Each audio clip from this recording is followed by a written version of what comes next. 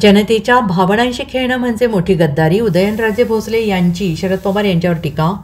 वाई येथे गद्दाराणा पाडा असं खासदार शरद पवार म्हणाले होते, परंतु सत्ता असल्यापासून गेली 60 वर्ष केवळ त्यांनी आणि काँग्रेसने घोषणाच केल्या, लोकांची कामं केलीच नाहीत. लोकांच्या भावनांशी खेळली याच्यापेक्षा मोठी गद्दारी असू शकत नाही, अशी टीका खासदार उदयनराजे भोसले यांनी खासदार शरद पवार यांच्यावर केली आहे.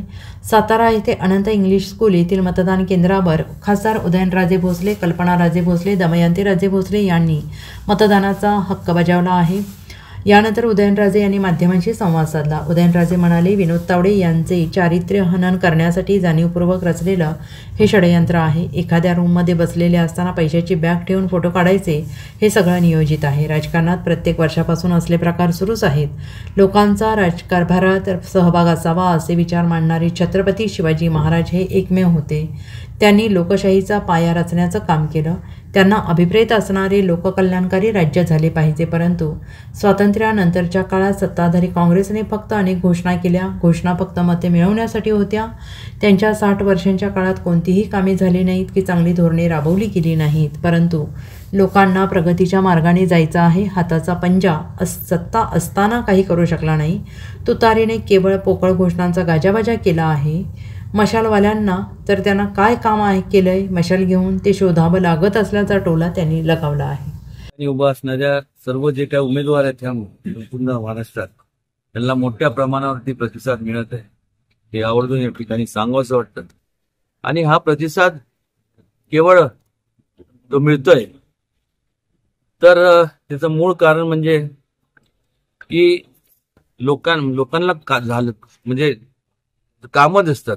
लोकांना जे अपेक्षित आहेत ते कामं झालेले पाहायला मिळतात.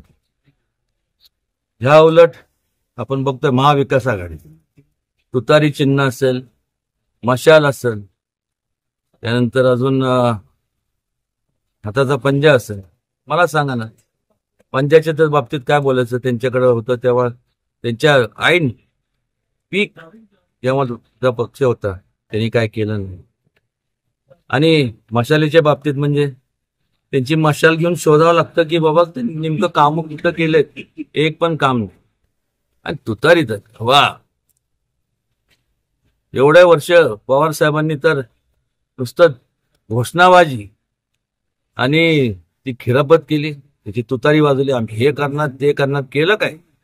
आणि ऐन तारुण्याच्या काळात ज्येष्ठ नेते पवार साहेब हे सध्या केवळ महाराष्ट्रात नाही तर संपूर्ण देशभरात सगळ्यात ज्येष्ठ आहेत.